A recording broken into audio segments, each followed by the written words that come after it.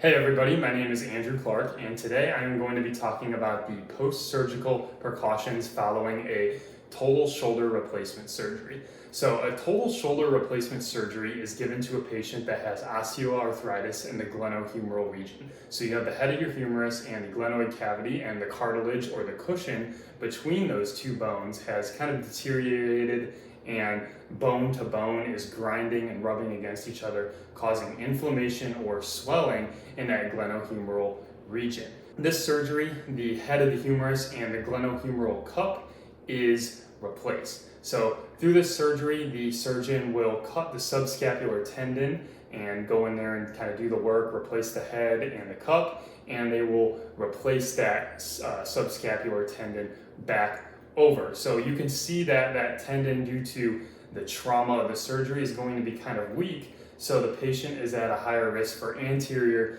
dislocation, higher risk. So there's a lot of precautions that need to be done to prevent further injury post-op. First and foremost, your patient will not be able to bear any weight on the upper extremity. So obviously you don't want to be lifting weights. You don't want to be crawling or doing anything that puts pressure on the affected shoulder.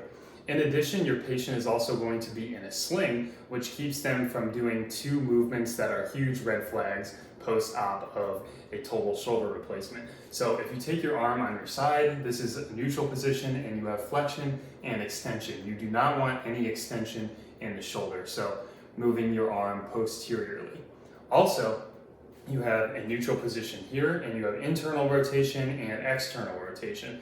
You also don't want your patient externally rotating at all. So as you can see, the sling keeps more of an internal rotation and slight flexion. And lastly, according to the University of Wisconsin Health Center, it states that phase 1 of post-op, which is the hour after your surgery all the way up to around 4 weeks, you should not have active range of motion in any direction. So you want to avoid excessive flexion or extension, which we talked about before. As you can kind of start to piece together in your head, there are a lot of day-to-day circumstances that we externally rotate our glenohumeral joint or extend our glenohumeral joint. So for example, a sweatshirt.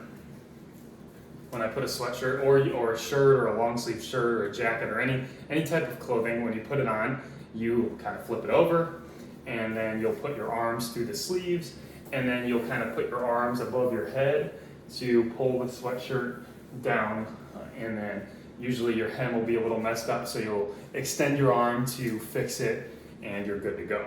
Now, as you can probably see where I'm going with this, I broke 2 of the post-total shoulder replacement precautions. I did too much active range of motion to pull the sweatshirt down over my shoulders, and then to fix the hem, I extended my glenohumeral joint and pulled it down. So although this is how you put a sweatshirt on, and you think, man, how am I going to put a sweatshirt or shirt on at post-total shoulder replacement? Well, there are ways to modify day-to-day activities to accommodate the patient. So as I said before, the patient, they're going to be in a sling, so you're going to have to take the sling off to put a shirt on. So you're going to want to try and keep it in that position as much as you can, so you don't externally rotate, you don't extend, or you don't practice too much active range of motion. So the first way I can do this is I can kind of grab the right sleeve with my left arm. So say I had a total shoulder replacement in my right shoulder. I can pull that right sleeve down over my right hand and onto my arm, while still keeping the shoulder in that sling-like position. Then I can just use my left arm as normal and kind of move the sweatshirt over the elbow region, and then I can pull it over my head. And then to fix the hem, I can just continue to use the non-affected arm, and while keeping that shoulder not externally rotated, not extended, not too much active range of motion.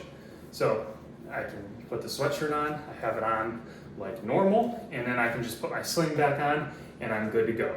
As you can see, it took a little bit extra time to put the sweatshirt on using the rules and precautions of a post-total shoulder replacement. However, to keep yourself from further injury or getting hurt anymore following your operation. In my opinion, it is totally worth it. Thank you so much for watching, and I hope you found this useful and following the precautions of a post-total shoulder replacement surgery. Thank you.